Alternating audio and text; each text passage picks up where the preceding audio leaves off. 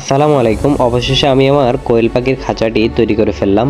আমার খাঁচাটি তৈরি করতে কত টাকা খরচ হয়েছে এবং কি কি সরঞ্জাম লেগেছে অবশ্যই আমি ভিডিওতে সম্পূর্ণ তুলে ধরার চেষ্টা করব ইনশাআল্লাহ। আপনারা যারা একটি নতুন খাঁচা তৈরি করতে চান বা কোয়েল পাখি পালন করতে চান, আপনাদের জায়গা কম, সেক্ষেত্রে আপনারা কোয়েল পাখির জন্য খাঁচা সিস্টেম করে কোয়েল পাখি পালন করতে পারেন। আমি আমার এই খাঁচাটি তৈরি করেছি 400 কোয়েল পাখি পালন করার জন্য। আপনারা অবশ্যই ভিডিওতে দেখতে পাবেন আমি কিভাবে কত ফুট বাই কত ফুট আমি খাঁচাটি তৈরি করেছি। আলহামদুলিল্লাহ আমি খাঁচাটি নিজেই তৈরি করেছি, আর যা ছিল তা দিয়েই। প্রথম করে আমার কাঠ কেনা লাগেনি, আলহামদুলিল্লাহ আমার কাঠগুলো কিনা লাগেনি, আমি আমার বাড়িতে ছিল বিধায় আমি সেগুলো দিয়ে করেছি। এবং আমার জালিগুলো শুধু আমি বাজার থেকে কিনে এনেছি এবং আমার খাবার দেওয়ার জন্য যে পাইপ, সেই পাইপটি আমি বাজার থেকে কিনে এনেছি। এবং আরও কিছু সরঞ্জাম ছিল, সেটি হচ্ছে আমি পাইপগুলো লাগানো ক্লামগুলো নিয়েছি আমি সাথে সাথে।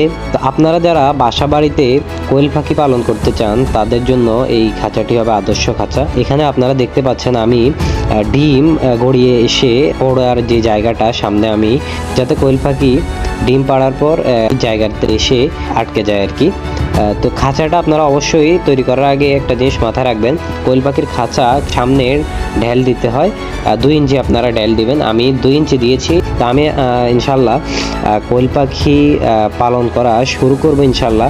আমি কোয়েল পাখি বাজার থেকে কথা বলেছি আমার এক ভাইয়ের সাথে, আমি সেখান থেকে নিয়ে আসবো ইনশাল্লাহ। আনার পর কিভাবে এনেছি বা কত টাকা আমার খরচ হয়েছে সেই বিষয়টি আপনাদের সাথে শেয়ার করার চেষ্টা করব পরবর্তী ভিডিওতে।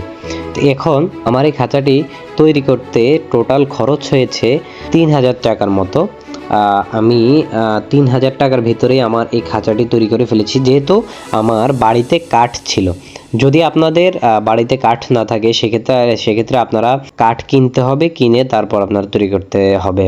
তো আলহামদুলিল্লাহ আল্লাহর রহমতে আমি খাঁচাটি তৈরি করতে আমার সময় লেগেছে 4 দিনের মতো।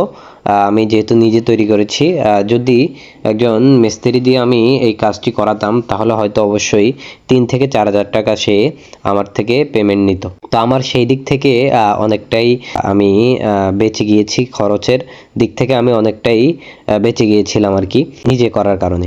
আপনারা চেষ্টা করবেন নিজে করার, কারণ এটা এত কঠিন না। আমি ভিডিওতে আপনাদেরকে বলার চেষ্টা করেছি অনেক সহজভাবেই।